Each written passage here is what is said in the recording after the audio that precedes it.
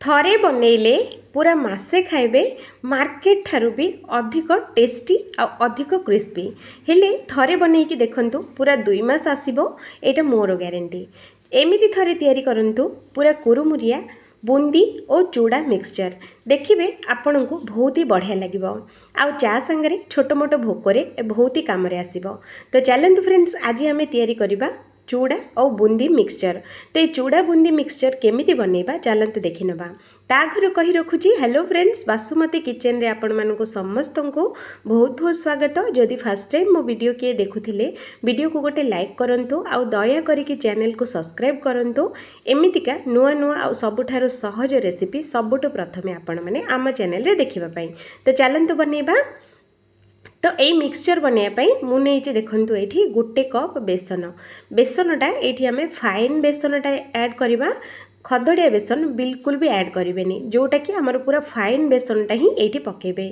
तो सांगे आम देदबा गोटे बड़ चामच चाउल चूना रे क्रिस्पीनेस बहुत अधिक आसीबो। तो से चाउल चूनाटा निहाती देबे। तो ये चाउल चूना और बेसन को बढ़िया से आपको मिसई नबा फ्रेंड्स। एमती करके आपको मिसई देले बहुत ही बढ़िया से मिसीज। तो ये आम देदबा गोटे पूरा चामच ये आम दौचे आजवाइन टाक सेमती न देकी हाथ में टिके नाकु रगुड़ी पकेले टेस्टा बहुत भल आसीबो आउ बास्नाटा भी बहुत भल आसीबो। तो ये आम देदबा अल्प टिके नाकु माने स्वाद अनुसार लुण दे सारा पर ए सबुजाक सुखा जिनस को आउ थे या बढ़िया से आम मिसई नबा। तो देखो फ्रेंड्स एमती करके मिसैला बेलू बहुत बढ़िया से मिसीज। तो ये मुझे दौची ये आम गोटे कप पानी देकी ये सबुजाक पानी एका थरे बिल्कुल भी दबानी। ये आम अल्प अल्प करके पानी ये आम दबा नहेले सबुज पानी एका थरे देदेले बैटरटा आमर पूरा पानिया हो नहीं तो काठुआ हो माने ठीक से मेजरमेंट सांगे हो पारिबनी। तो से ये आम अल्प अल्प पानी देकी ए बैटरटा को आम गोलेबा। ये देखो फ्रेंड्स पूरा गोटे कप बेसन को मोर गोटे कप पानी बढ़िया से लग जाइए।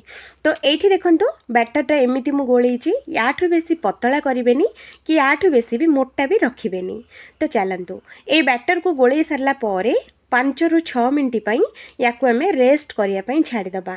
बेसन आउ चाउल चूनाटा बहुत बढ़िया से सेट हो।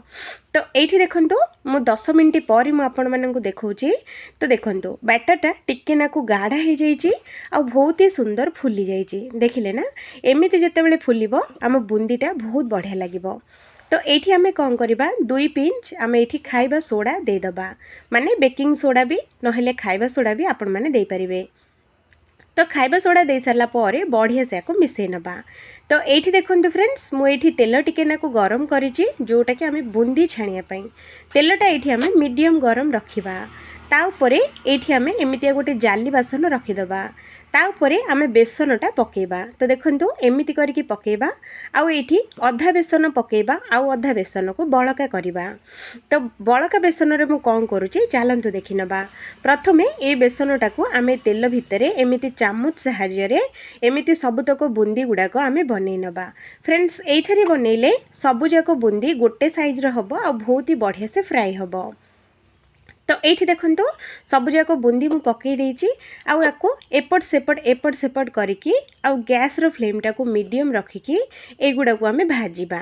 फ्रेंड्स हाई फ्लेम रे बिल्कुल भी भाजीबेनी नहेले एगुडा को बहुत ही छोट छोट ना तो सेति पई जल्दी पोड़ी जिवो। तो सेति पई एठी मीडियम फ्लेम रे ही ए बुंदी को छाणिया पई पड़िबो। तो ये देखंतु मु बुंदी गुडा को बहुत ही बढ़िया से कलर आसी जाइछि आपण माने देखिले ही जानि पारथबे। तो चलंतु एमिति जेते बेले कलर आसी जिवो बुंदी सबुजाक आमे छाणी आनिबा। तो एठी आमे बुंदीटा को आउ गोटे अलगा पात्र को आमे बाहर करि नबा जो थरे आमे मिक्सचर गोलेबा सेई जगह रे बड़ गोटे जगह रे बनेबा। तो आउ अल्प टिके नाकु जो मु बेसन बळका करिथिली ता धीरे गोटे पिंच आमर लाली रंग गुंड आउ एठी अल्प टिके नाकु हळदी गुंड आउ एठी गोटे चामच पानी दबा। लाली गुंड मु एटा फूड कलर मु ऐड करूची लाली एटा आपण माने चाहिले पकेई परिबे नहेले स्किप भी करि परिबे किंतु लाली एटा टिके पकेई नेले आम मिक्सचरटा कलरफुल देखा तो ये देखो बैटरटा पूरा रेडी। तो सेम से जाली गिना नबा ता देहरे सबुतक बेसन ये आम देदेबा। दे सारा पर चामच साहाय्य यहाँ को आउ थे बढ़िया से आम गोले नबा। फ्रेंड्स एमती करदेले गोटे साइज बुंदी आसब आ बहुत ही सुंदर बनब। आपण मैंने जदि कलर पकड़ इच्छा नथिले पूरा येलो कलर भी आपण मैंने करें किसी भी प्रॉब्लम हेनी। खाली एतिकी जोटा कि देखापी टिकेनाकू सुंदर लगे से पकई आपण मैंने इच्छा हेले पकेबे नहेले स्किप भी करें। तो ये देखो फ्रेंड्स बुंदीटा आमर बहुत ही बढ़िया से छाणी हो जाइए। ए बुंदी भाजियापाई आमको बेसी समय बिल्कुल भी लगुनि मात्र 5 मिनिट रे फ्राए हो जाऊे। तो देखो गोटे कलर है हलदिया आउ गोटे कलर है रेड कलर। तो ये देखो मो से बासन नहीं आउे आम जाली बासनटे भितर रखीदबा ता उपरे एठी आमे गोटे कप चूड़ा एठी आमे देदेबा। फ्रेंड्स मु एमिति चूड़ा भाजुची आपण माने डायरेक्ट तेल रे भी पकई पारिबे किंतु तेल रे पकई देले हमको छाणिया पई कष्ट हो जिवो। तो सेति पई मु एई आइडियाटा खर्च करूची। तो एठी देखंतु चूड़ाटा भी बहुत बढ़िया से सुंदर करके भाजी हो जाइए। तो एमिति गिनाटा को टिके ना को अणई दबा जेतक तेल आसी जिवो एक्स्ट्रा तेल आसीगला परे बुंदी धीरे एठी आमे पकई नबा।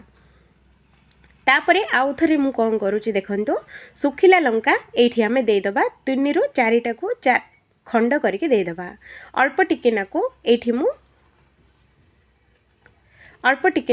ये आम भृसुंगा पत्र दबा आउ अल्प टिके नाकू आम ये मंजी जो आमर पम्पकिन मंजी ये आम देदेबा। थिले पकेबे नहले स्किप भी करें। एगुड़ाक भी छाणी हो सारा पर यही मिक्सचर दियरे आमरे मिसईदबा। तो ये मु देखो फ्रेंड्स आमर चटपटा बिस्कुट थिला। तो ये बिस्कुट गुड़ाक भी मुझे ना पकाउची जोटा कि टेस्ट बहुत भल आसो।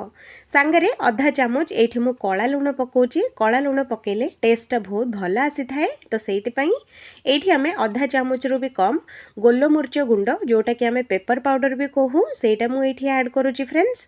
सांगरे ये अल्प टिके नाको लंका गुंड ये आम देदेबा। सांगरे आमर साधा लुण जो लुण आम यूज करुचे से लुण ये आम देदेबा। दे सारा पर ए सबुजाक जिनस बहुत ही बढ़िया से आपको मिसई नबा।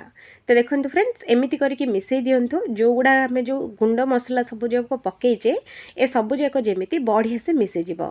हल्का हल्का गरम थी ना तो ये कंचा स्मेल बिल्कुल भी रही पूरा मिक्सचर स्मेल आसब आ बहुत ही बढ़िया लगे।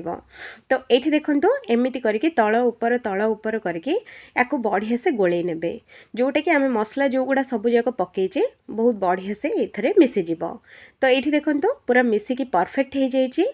तो ये देखो फ्रेंड्स थरे बनईके मासे खाइला भली आम चूड़ा बुंदी मिक्सचर एकदम रेडी। निहाती एमती थरे बनातु समस्त को बहुत भल लगे। आउ छोट छुआ मैंने भी जदि थे तो मासे डबारे टेकिक रखिथे 2 दिन रे खाइके सारिदेवे। एते सुआदिया एते बढ़िया लगे। थरे खाइला मात्रे सब बेले खाइबा इच्छा हबो। निहाती एमती थरे बनातु होली आसुजी होली रे खाइके समस्ते बहुत खुशी हो जिवे। तो मु रोहुची फ्रेंड्स आउ थरे देखा हबो आउ गोटे नुआ आउ गोटे फ्रेश वीडियो रे। से पर्यंत वीडियो को लाइक करंतु आउ चैनल को सब्सक्राइब करंतु एमितिकार सुंदर सुंदर रेसिपी देखिया पाई। मु रोहुची जय जगन्नाथ।